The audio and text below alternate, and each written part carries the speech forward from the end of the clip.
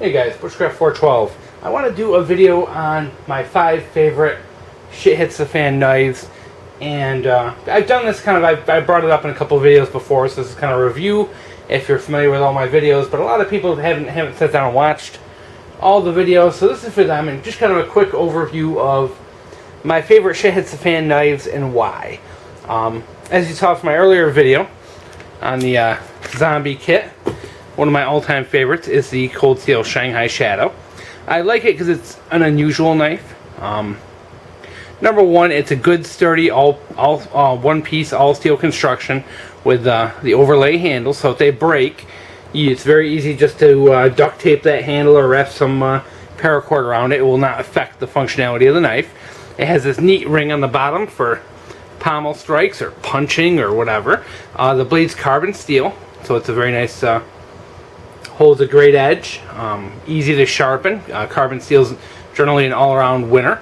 It's two-sided, so if I am using this to knife fight or whatever, I do have that advantage that I can cut and make reverse cuts and whatnot. Also great for thrusting. Very thick, nice blade. Good overall pick for a shit hits the fan knife because you can use it in a lot of different ways. I think it's really good as like a digging and prying if you're trying to get into buildings. And to defend yourself. The big downfall of this knife is not so good for wilderness survival if that becomes an aspect of your survival in a shit hits the fan scenario. So one of my all-time favorites. And we will move on next to a knife that will kind of remedy that issue with the wilderness survival. We have the Cold Steel GI Tonto. A little oiled up. I keep my knives extra oiled because I do keep them in the basement and it gets a little damp down there, so I keep them good and oiled so they do not rust.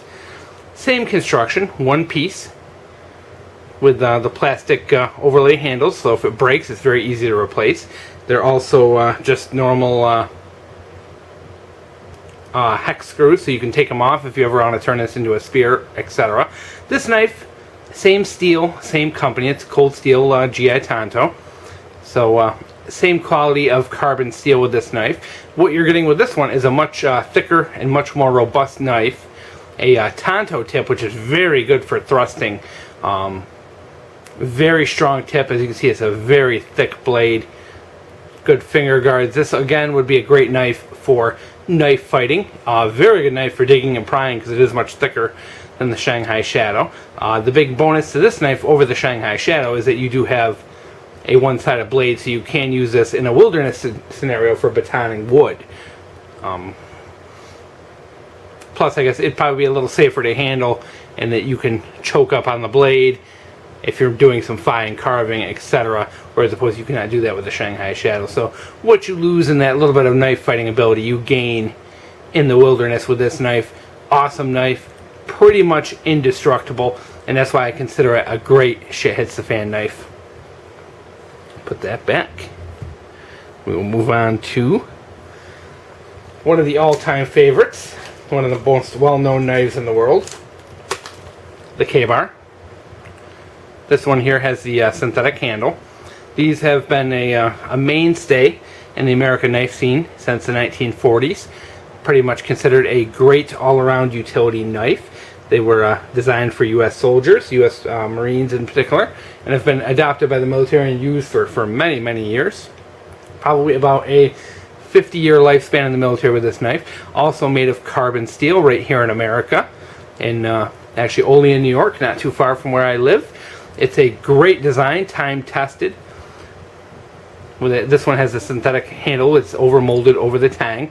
My only complaint about the knife is it does have a bit of a smaller tang that is pinned onto the pommel, so there is that ability for that to fail.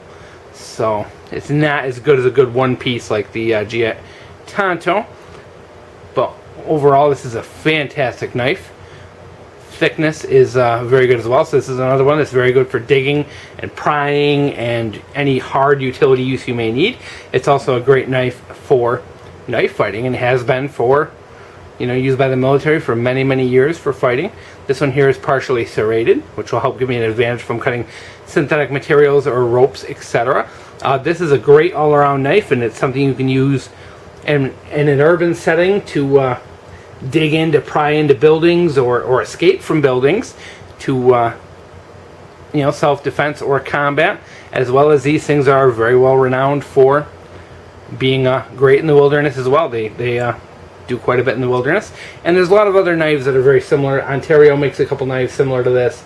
Cold Steel makes a leather neck, which is pretty much a clone of this. It's a very copied design over the years. So I'm just showing the one, even though I do have the Ontario and the Ontario SP1 and all that. We only need one K-bar style knife for this demonstration. But very cool.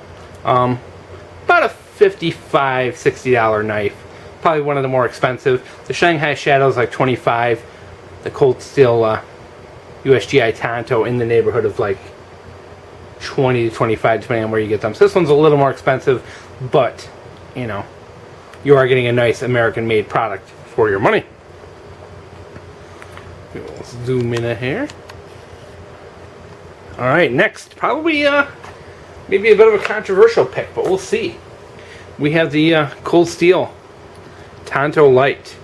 This is a very interesting design by Cold Steel. It uses stainless steel, so it's not carbon, but it is a decent all-around stainless steel, so it will hold up better against corrosion. This knife comes laser sharp out of the box. Has a kind of a textured handle with a little bit of a sharp pommel on the end for strikes. I see this as being much more effective for fighting than utility, but I put it in there because it is a really nice design. It's very lightweight, very quick in the hand. This is something more I would use for an urban survival situation, not so much a wilderness. The problem with shit hits the fan scenarios is you never know exactly what's going to happen or where you're going to end up. So lots of times you are more better off with a more versatile knife like the K-bar or the usgi Tanto. But if you know you are going to be, say, in an urban environment, you might want to look for a knife like this. It's a little quicker, a little faster, lighter weight, a little better feel in the hand, a little easier to conceal. It has a nice Tanto point, which is really strong, so if you are making any thrusting attacks with this, you don't have to worry so much about breaking the tip. But this is a great little knife in the $20 price range. And Cold Steel also makes a Koban, which is very similar to this as well, and about maybe like $5 more or so. But I think it's a very cool little knife and something I would have no problem carrying on my belt if the shit hit the fan. Like I said, though, not so good in the wilderness. Yes, you could use it for small tasks, but it's stainless steel. I don't know if it will hold up to the rigors of heavy wilderness use. And this last knife is probably another controversial pick, but I really like this knife. I've really kind of grown to like it after using it a little bit. It's the SOG Team Leader. It is a one-piece construction, which I do like very much, as you can tell, with the the plastic overlays. It is a kind of a leaf design, very nice jimping on the back, very good handle and grip. Lanyard hole in the back, a little bit of an end, so if you had to use that to break glass or doing pommel strikes, this knife is really sharp out of the box. It's AUS 8 stainless steel, so it's another stainless steel, so if you are in an environment that could be very wet and damp, you may want to consider a stainless steel knife over the carbon steel, because the carbon steels are more prone to corrosion, especially if you don't have access to oils and things like that to put on the knife to keep them from rusting. So I do like this one. It's very sharp, a bit of a thinner blade than the rest of them, but it has it's kind of very thick on the spine and tapers down to a very thin blade. It's a full flat grind. None of these knives here are a full flat grind, which I do like. This is a very good knife for processing game, cleaning fish, deer, rabbits, squirrels, whatever. Very good knife for that, and not as good for you're not gonna be able to do much with batoning wood with this, but this has a little more usefulness when it comes to cleaning game. As for knife fighting and self-defense, you do have that ability to do pommel strikes. Very sharp leaf-shaped blade, very, very sharp. And once again, this is a very lightweight, quick knife, something you can really use well in a self-defense or an urban situation where you really need to conceal this knife. Very small, lightweight, great addition to the kit. So as you can see, what I've chosen here is a bit of a mix. And the reason why I did that is, to kind of show that you can really kind of change it up as to what you have available to you. I think with the 5 of these here, I could comfortably be assured that I can handle any shit hits the fan scenario, at least when it comes to knives. All the other preparations are a completely different story, but I feel these represent completely what you would need out of a fixed blade knife. Folders, completely different story, but what we have here is knives that are good in self-defense, knives that are good in wilderness situations, and a couple of them that are kind of in-betweeners. A couple of stainless steel and a couple of carbon steel. Carbon steel, like I said, has that better edge holding capabilities, and I think just a superior steel than stainless. But however, if you are, say, going to be in a damp, wet environment for a long time, you may want to consider stainless. All of them have decent sheaths. None of their sheaths are problematic. Easily concealable. Size, they're all under 12 inches, so nothing there is really overly it's too much of a burden to carry on you if you are on the move. But overall, great set of knives, and you're talking like 25 bucks, like 50 bucks, like 25, like 55, 60, and 25. So we do have some budget options as well as expensive options, but in the end, when you're picking a knife, you got to pick stuff that works for you. And I'm a firm believer in you can't just have one knife.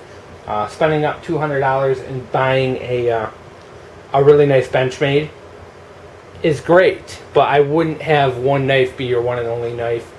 And I know a lot of guys are very big sticklers for quality and only want the best, but I'm a big fan of, get yourself a USGI Tanto. They're 25 bucks. Get yourself, some other knives, then save up and buy the nice Benchmade. Buy something with a really nice hard steel that you can count on, 100%, they're just a really great knife. But in the end, I do think you need a couple. Just having one knife and throwing all your eggs into one bucket is kind of a mistake. So I hope you've enjoyed. This is my 5 favorite shit hits the fan knives.